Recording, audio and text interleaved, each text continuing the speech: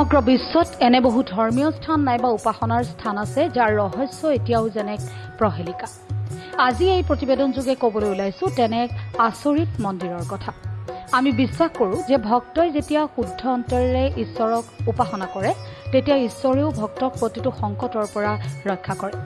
কিন্তু শুনি হয়তো আচৰিত হ'ব যে আমাৰ দেশ ভাৰতত এনেকুৱা এক মন্দিৰ আছে যি মন্দিৰত এনেকুৱা এজন ভগৱান আছে যিয়ে নিজৰ ভক্তক দুখী দেখি কান্দিবলৈ আৰম্ভ কৰে। হয়, অলপ আচৰিত যেন লাগিব পাৰে, কিন্তু এই কথা একেবাৰে সঁচা। আমি ক'ব খুজিছো হিমাচল প্ৰদেশত অৱস্থিত সেই মন্দিৰৰ কথা, য'ত ভক্তসকল বিপদত পৰাৰ আগতেই ভগৱানৰ চকুৰ পৰা চকুলো ববলৈ আৰম্ভ কৰে। বিশ্বাস কৰা হয় যে যেতিয়াই ভক্তই বিপদৰ সন্মুখীন হয় তেতিয়াই মন্দিৰত স্থাপন কৰা ভৈৰৱ বাবাৰ মূৰ্তিৰ পৰা চকুলো ওলায়। কোৱা হয় যে এই অঞ্চলৰ ৰাইজে আগতীয়াকৈ তেওঁলোকৰ বিপদৰ আগজাননী পায়। হিমাচলৰ কংৰা অঞ্চলৰ বজ্ৰেশ্বৰী দেৱীৰ মন্দিৰত স্থাপিত ভৈৰৱ বাবাৰ এই অনন্য প্ৰতিমূৰ্তি। কোৱা হয় যে ৫,০০০ বছৰৰো অধিক পুৰণি এই ভৈৰৱ বাবাৰ প্ৰতিমূৰ্তি।